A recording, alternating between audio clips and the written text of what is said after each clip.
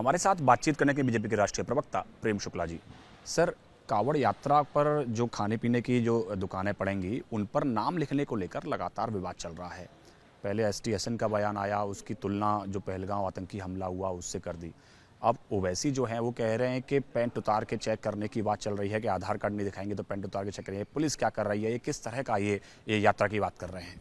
देखिए, मुझे कृपा करके बताइए कि आप कल्पना कीजिए कि श्रीमान असदुद्दीन ओवैसी हज यात्रा पर जा रहे हैं और किसी हिंदू ने बिस्मिल्लाह के नाम पे दुकान खोली और उनको सूअर का गोश्त परोस दिया, तो असदुद्दीन ओवैसी जो हैं इसको मोहब्बत का पैगाम समझेंगे कि नफरत का इंतजाम समझेंगे?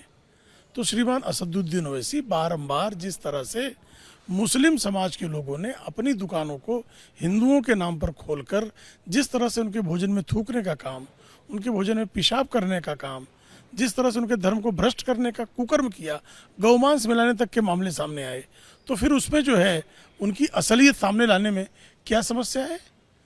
कोई जो है मुसलमान अपने नाम पे दुकान खोले और जो है उसमें अगर किसी हिंदू को भोजन करने जाना हो तो स्वागत है ना, वो जाए उसमें।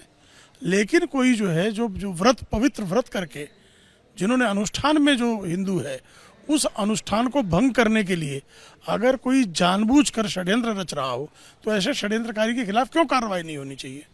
सर, चाहे एसटी हसन हो या ओवैसी या कई सारे जो अन्य नेता हैं वो लगातार इस पूरे फैसले को लेकर विवाद की स्थिति बनाए हुए हैं, लगातार बयानबाजी हो रही है। क्या कारण आप मानते हैं? नहीं, ओवैसी और एसटी हसन को थूका हुआ भोजन करना उनको मुबारक है, वो सबको जमा करवा ले, थूकवा ले और खा लें, कोई नहीं मना कर रहा है। लेकिन हिंदू जो है थूका हुआ भोजन नहीं करेगा और जो थूकता होगा उसकी जात, उसका धर्म, उसकी पहचान निश्चित तौर पर जानना चाहेगा।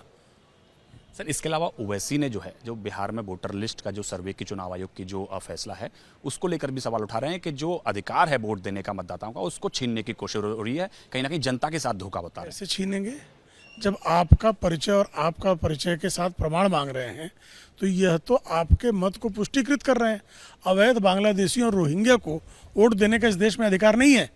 असदुद्दीन ओवैसी चाहेंगे कि बांग्लादेशी आकर उनको जिता दें चुनाव और निर्वाचन आयोग उसके लिए रेड कारपेट बिछा दे, ये संभव नहीं है। देश में चुनाव संविधान के अनुकूल होगा, निर्वाचन आयोग के नियमों के अनुकूल होगा, ओवैसी की जो है फितरत के अनुकूल नहीं होगा।